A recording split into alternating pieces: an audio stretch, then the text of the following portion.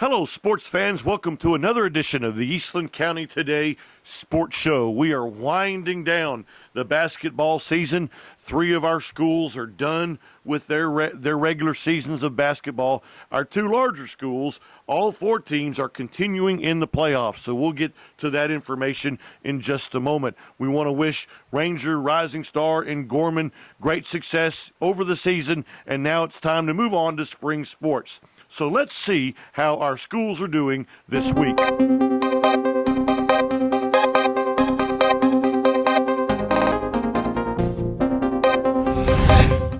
All right, let's see what's going on over in Cisco. The Lady Lobos finished second place in district play, and so just this past Tuesday, they faced off in a bi-district match against the Coleman Blue Cats. It was quite the exciting game, back and forth, streaks by both teams. Cooper Conger had some excellent play down low in the third quarter for the Lady Lobos. It came down to free throws, and the Lady Lobos hit 6 of 10 in the fourth quarter to defeat the Coleman Blue Cats 43-40. Congratulations, Coach Kilpatrick and the Lady Lobos. They are by-district champions. In that game, Marissa Pence, Kelsey Kent, Tanya Thompson, and Cooper Conger all had 9 points each for the Lady Lobos. So that now means that they move on to the area round of the playoffs, and that game will be this Friday evening against the Colorado City Lady Wolves. It's the Lobos versus the Wolves this Friday evening. That'll be at Jim Ned at 6:30. Tip-off 6:30 in Jim Ned, Colorado City, Cisco area round girls playoffs. Now let's talk about the boys. And boy, it gets really confusing here for the boys. The boys are done. All right, they defeated Clyde last week in their final game, and so now they were waiting for Tuesday night's games. Well, Breckenridge ended up beating Clyde, and so what that does is that now puts all 3 teams, Breckenridge, Clyde, and Cisco, in a 3-way tie for second place. So UIL says, okay, teams, schools, you're going to have to play it out. So here's the deal. They had a coin flip today to see who got the bye and who has to play the first game. Cisco won the flip, and so Breckenridge and Clyde have to play on Thursday. Cisco will play the winner of that game on Friday. We do not have a time. We do not have a place because Cisco doesn't know who they're playing. So please keep up to date with all this important information on our Facebook page and on our website. All right, so again, boys, kind of confusing. We do know, though, that next Monday or Tuesday, the Lobos will be facing off against a District 7 opponent next week. All right, that's what's happening in Cisco hoops action.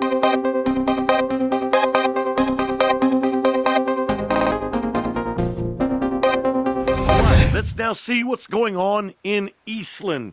The Lady Mavericks finished 4th in District 8, and so that means this past Monday they were to face off against the district champion Comanche Maidens, district champions of District number 7. Well, another great game in Gorman this past Monday between the Lady Mavs and the Maidens. The Maidens came out strong, had a real good second quarter. Lady Mavs had a great fourth quarter. It was back and forth, but the Lady Mavs were able to upset the district champion Maidens 45-31. Congratulations to Coach Michael Huxon and the Eastland Lady Mavs. They are by district champions.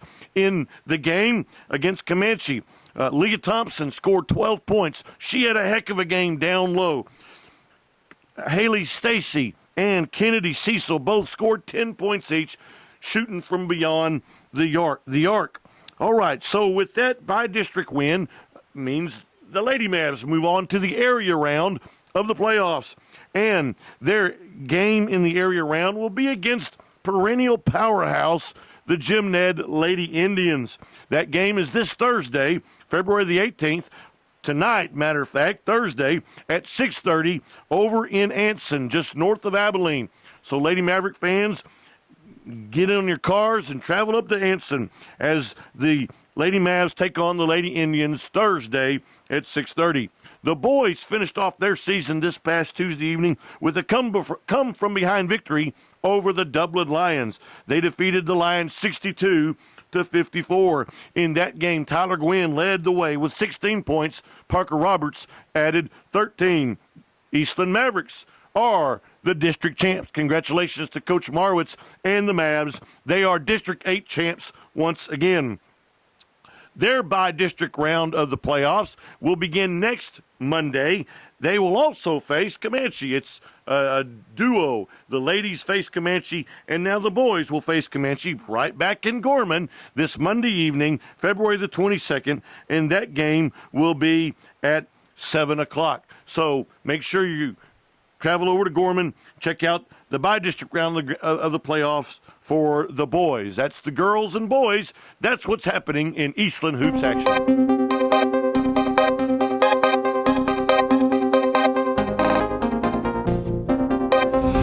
Let's now go over to Gorman and see what's happening with the Panthers. The Panthers finished off their season this past Tuesday with a loss to the Lipan Indians. And unfortunately, the Panthers, because of losses to Lingoville and to Lipan, the Panthers will not make the playoffs this season. Coach Little and the Panthers had a great season. Flavio Herrera, Hunter Childers, all had great years, but basketball is done. And so now the boys get ready for baseball and track. The girls are already playing softball. In fact, I believe the Lady Panthers defeated the Lady Bears of Baird this past Tuesday in their first real game in softball. So congratulations to the softballers. It is now time for spring sports in Gorman. That's what's happening with Gorman sports today.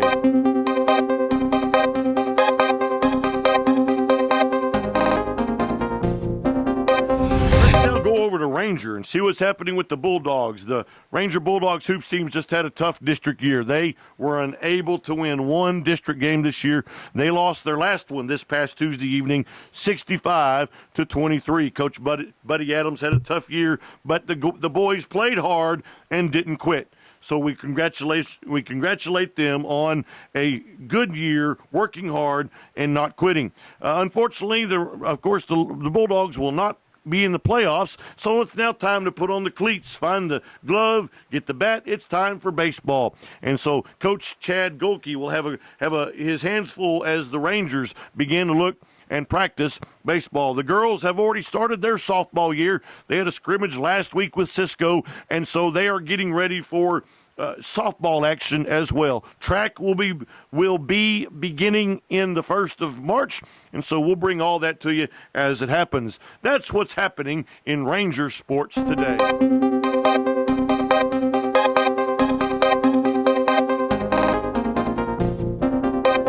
All right, sports fans, let's now travel down to Rising Star and see what's going on with the Wildcats. The Wildcats had their last basketball game this past Tuesday evening, and they unfortunately fell to the May Tigers, district champion May Tigers, 50-31. With that loss, unfortunately, the Wildcats will not make the playoffs either. They are done.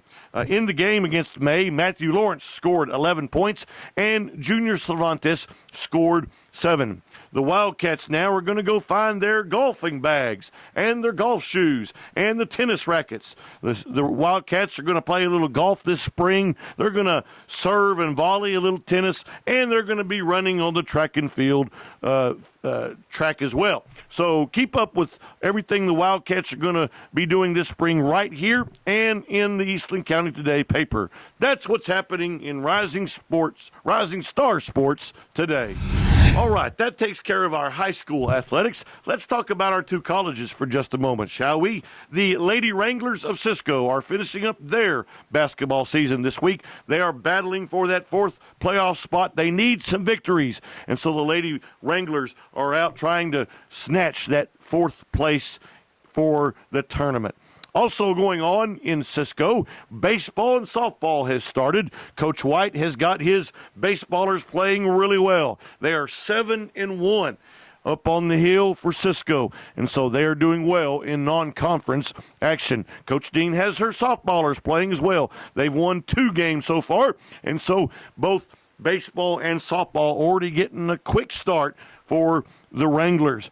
Also, let's now go over to Ranger and talk about Ranger College. And what we're talking about there is men's basketball. The basketball program is still undefeated.